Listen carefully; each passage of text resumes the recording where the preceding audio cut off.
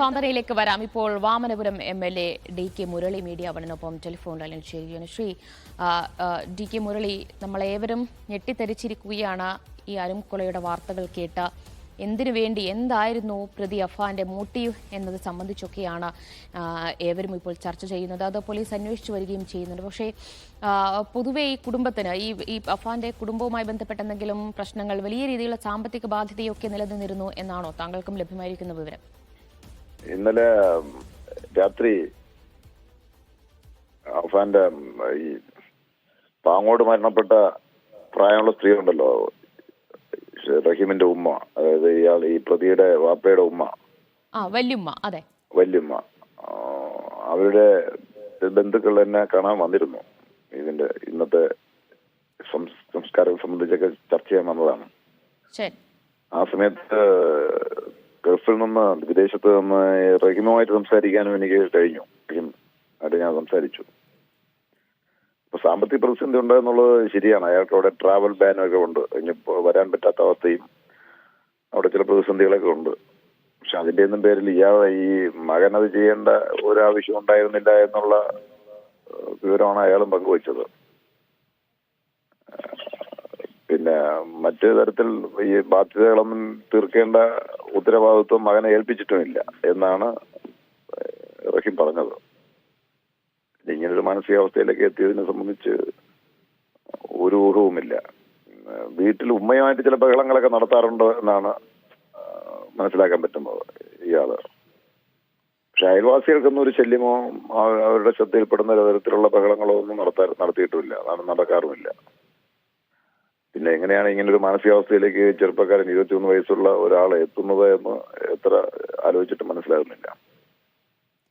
മാത്രമല്ല, ഒരു യാദൃച്ഛിക സംഭവം പോലെയല്ലല്ലോ, വളരെ പ്രീ പ്ലാൻഡ് ആയിട്ടുള്ള ദീർഘ സമയമെടുത്ത് ഓരോ മരണത്തിന് ശേഷവും അടുത്ത കൊലപാതകത്തിലേക്ക് അയാളെ നയിക്കുന്ന ഒരു മാനസികാവസ്ഥ എന്ന് പറയുന്നത് ഒരു കേൾക്കുമ്പോൾ ഒരു പ്രൊഫഷണൽ കില്ലർ ചെയ്യുന്നത് പോലെയാണ് തോന്നുന്നത്. അയാളെ സംബന്ധിച്ചിടത്തോളം മറ്റ് ക്രിമിനൽ പശ്ചാത്തലമൊന്നും റിപ്പോർട്ട് ചെയ്യപ്പെട്ടിട്ടുമില്ല.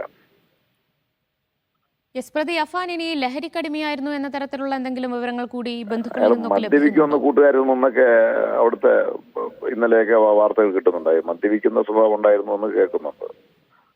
മറ്റെന്തെങ്കിലും ഡ്രഗ്സ് അഡിക്റ്റഡ് ആണോ എന്നുള്ളതിനെ സംബന്ധിച്ച് ഇനി കൂടുതൽ അന്വേഷണം നടക്കേണ്ടിയിരിക്കുകയാണ്. ആ സാധ്യതയും തള്ളിക്കളയാൻ കഴിയുന്നില്ല. ഇതിന്റെ ഒരു കാര്യങ്ങൾ നോക്കുമ്പോൾ ഒരു പ്രൊഫഷണൽ കില്ലറുടെ വൈദഗ്ധ്യത്തോടെയല്ലേ അയാൾ ഇതെല്ലാം ചെയ്തിരിക്കുന്നത്. അതെ, തീർച്ചയായും. അല്ല, ഇനിയിപ്പോൾ ഈ 5 പേരുടെയും സംസ്കാര ചടങ്ങുകളൊക്കെ സംബന്ധിച്ച് എങ്ങനെയാണ് കാര്യങ്ങളൊക്കെ തീരുമാനിച്ചത്? അതെ, അതില് 4 പേര്, പിന്നെ ഈ പെൺകുട്ടി വെഞ്ഞാറമൂടിലെ അയാളുടെ ലവറായിട്ടുള്ള പെൺകുട്ടി ഒഴിഞ്ഞ് ബാക്കി എല്ലാവരും ഒരേ ജമായത്തിൽപ്പെട്ടവരാണ്. അവിടെ കൊച്ചുപാങ്ങോട് പള്ളിയിലാണ് അവരെല്ലാം സംസ്കാരം നടത്തേണ്ടത്. ഇത് കഴിഞ്ഞ പോസ്റ്റ്മോർട്ടം ഒക്കെ കഴിഞ്ഞാൽ വൈകിട്ടോടുകൂടി തന്നെ സംസ്കാരവും കാണും. ഇന്ന് വൈകുന്നേരം കൂടി സംസ്കാരം നടത്തണം എന്നുള്ളതാണ് ഇപ്പോൾ ആലോചനയിലുള്ളത്. അങ്ങനെയാണ് ആലോചിച്ച് ഇപ്പൊ പോലീസുമായിട്ട് ബന്ധപ്പെടുമ്പോൾ രാവിലെ തന്നെ ഒരു ഇൻക്വസ്റ്റ് തുടങ്ങിയിട്ടുണ്ട്. 7 മണിക്ക് തന്നെ ആരംഭിച്ചിട്ടുണ്ട്. 10 മണിയോടുകൂടി മെഡിക്കൽ കോളേജിൽ പോസ്റ്റ്മോർട്ടത്തിന് എത്തിക്കും എന്നുള്ളതാണ് പോലീസിൽ നിന്ന് കിട്ടിയ വിവരം. ഞാൻ DSP ആയിട്ട് ഇക്കാര്യങ്ങൾ സംസാരിച്ചിരുന്നു. അത് കഴിഞ്ഞാൽ വൈകുന്നേരത്തോടു കൂടി സംസ്കാരം നടത്താൻ കഴിയുമെന്നുള്ളതാണ് ഇപ്പോഴത്തെ പ്രതീക്ഷ.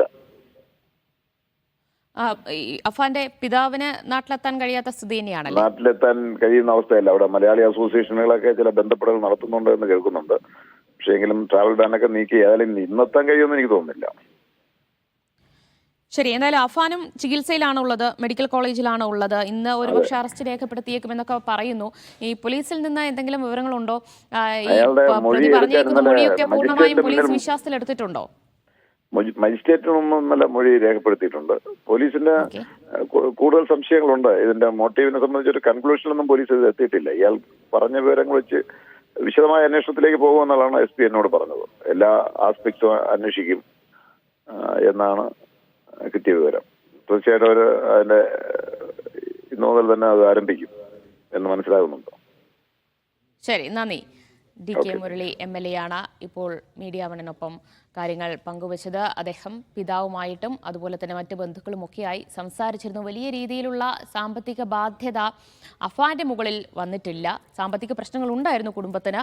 അത് പിതാവ് റഹീം സമ്മതിക്കുകയും ചെയ്തിട്ടുണ്ട്.